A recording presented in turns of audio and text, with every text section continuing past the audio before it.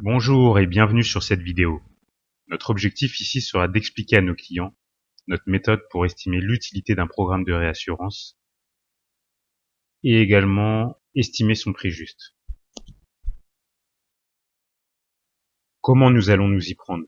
Donc on va vous expliquer notre processus qui s'applique à toutes les branches, pas sur les branches non-vie. On va construire un simulateur de Monte-Carlo. Ce simulateur de Monte-Carlo, il va nous permettre de sortir une distribution de la sinistralité. Ensuite, à cette distribution de la sinistralité, on va appliquer la réassurance. Et donc, on va voir l'impact de la réassurance sur la distribution de la sinistralité. Donc, en comparant la distribution de la sinistralité avant réassurance et après réassurance, ça va nous permettre de chiffrer l'impact de la réassurance. Chiffrer son impact et chiffrer en conséquence le prix qu'on devrait payer pour cette réassurance. Donc, je reviens au simulateur de Monte-Carlo. Donc, pour le construire, on va avoir besoin d'entrer des données de souscription, en tout cas du profil annuel du portefeuille.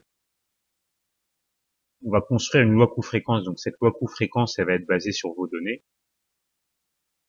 Donc les données dont on aura besoin pour la construire, donc c'est un historique des affaires souscrites sur la branche étudiée et un historique des sinistres sur la branche étudiée, donc environ au moins 5 ans. Et donc à partir de ces données, on va construire une loi coût-fréquence, c'est-à-dire que ligne à ligne, on va estimer les probabilités de risque, donc la fréquence des sinistres, et puis le niveau de coût, donc une fonction de distribution du coût des sinistres unitaires.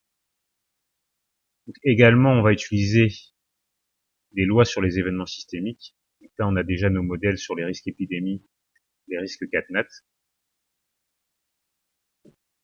Et donc tout ça compilé, ça nous permet de construire notre simulateur de Monte-Carlo, puis de sortir une distribution de la sinistralité qui va être utilisée, enfin sur laquelle on va appliquer la réassurance pour chiffrer l'impact de la réassurance.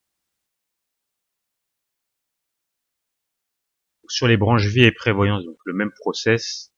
Donc au lieu d'utiliser des lois coût-fréquence, on va utiliser les tables de mortalité, les tables du BCAC.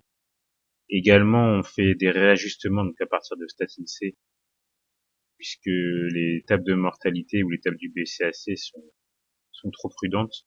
Si on garde ces tables trop prudentes, on va arriver à des résultats qui vont finalement avantager le réassureur et qui ne seront pas forcément réalistes.